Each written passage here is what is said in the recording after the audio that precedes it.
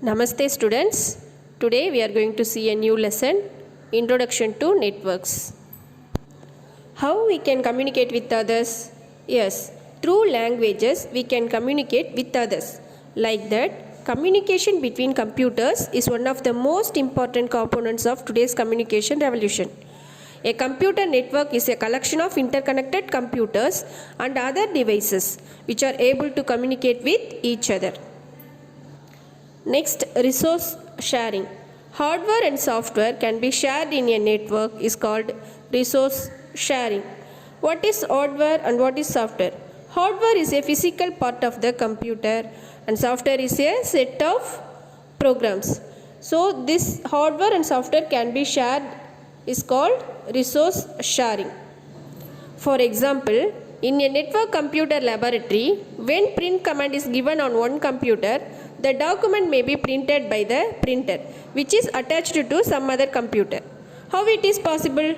Because all the computers are interconnected.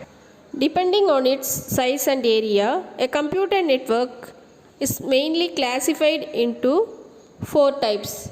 They are local area network LAN, metropolitan area network MAN, wide area network WAN, and personal area network PAN. Personal area network is the smallest network. It is used to work personally. It can cover an area of a few meter radius. For example, if you have a computer, you can connect your pen drive, your cell phone, your printer and your speaker, all these things with your personal computer. So this is mainly used for personal work only. This is called personal area network. Local area network is a network. It can communicate devices in a room, building or campus. It can cover an area of a few meters to a few kilometer radius. Examples, schools and colleges. Metropolitan area network is a network which connects an area larger than a land such as city. This is mainly used to communicate between various offices located in the city. MAN may be owned by one or more organizations. That cable TV network in our city is an example for MAN connection. WAN network spreads across several cities or even the countries that are separated by large distances.